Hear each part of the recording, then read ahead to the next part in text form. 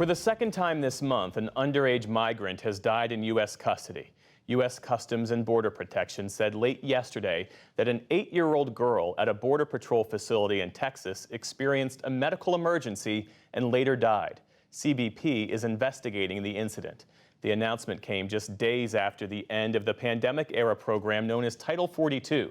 Officials say the number of encounters with migrants crossing the U.S.-Mexico border has fallen by more than half since last week. We're joined now by Kika Matos, president of the National Immigration Law Center. Thank you for being with us. Thank you for having me. And we should say the Associated Press reports that the little girl who died was from Panama and that she had heart problems.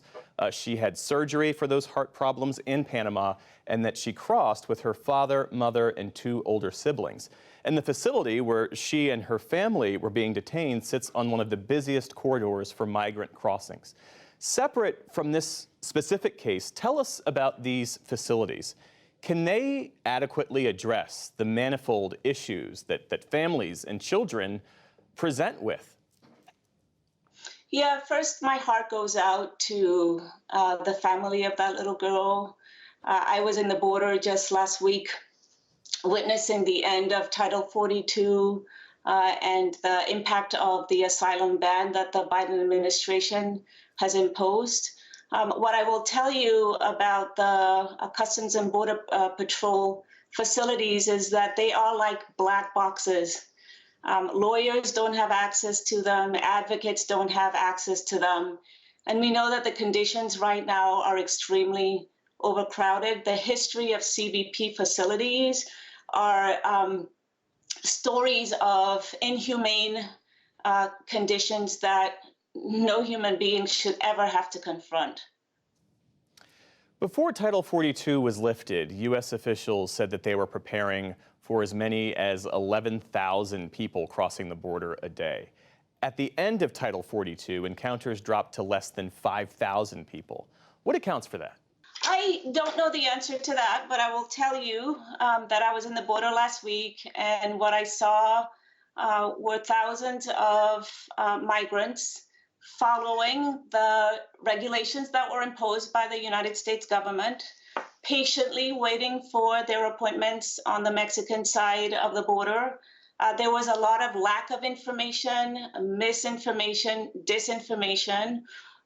When we talked to a lot of the migrants, what we heard was stories of people fleeing desperate conditions, grabbing their families and running for their lives to the border so that they could present themselves lawfully to seek asylum in the United States. There are people who say that the ability for migrants to show up on U.S. soil and apply for asylum, that process is sacrosanct, and that the administration, both with their deterrence policies and now establishing alternate routes for people to claim asylum in country, that runs afoul of U.S. values, of American values. How do you see it?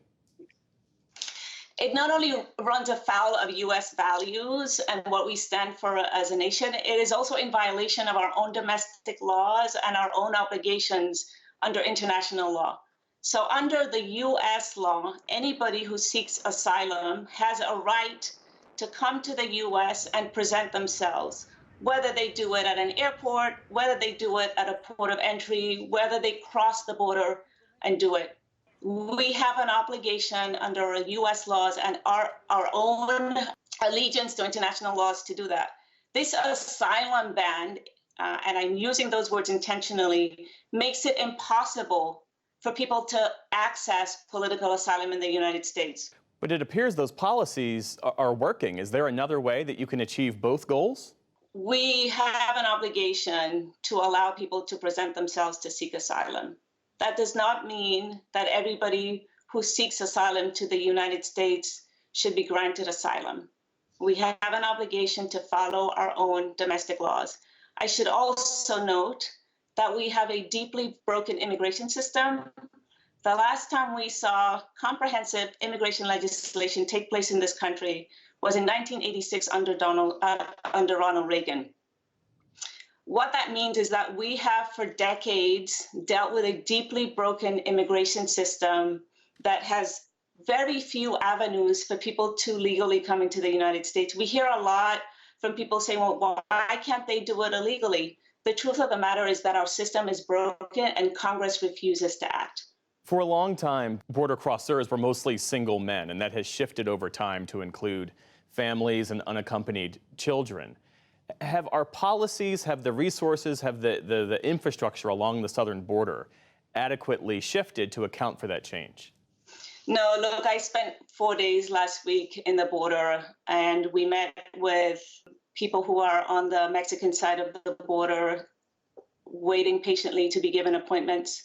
We visited encampments, we visited shelters, we met with families, with young children. These encampments, the conditions in these encampments are deplorable. They're inhumane. There is no basic infrastructure. In one encampment that we went to, there were 2 porta potties for approximately 1,200 people. A lot of the people who are in these encampments rely on humanitarian assistance from nonprofit organizations that are cobbling resources together to try to meet very basic needs. We have an obligation, we have the resources, we have the ability to provide infrastructure so that these families, while they wait to be processed, have the very basic standards that human decency requires, and we're not providing that as a government. Kika Matos is the president of the National Immigration Law Center. Thanks for being with us. Thank you for having me.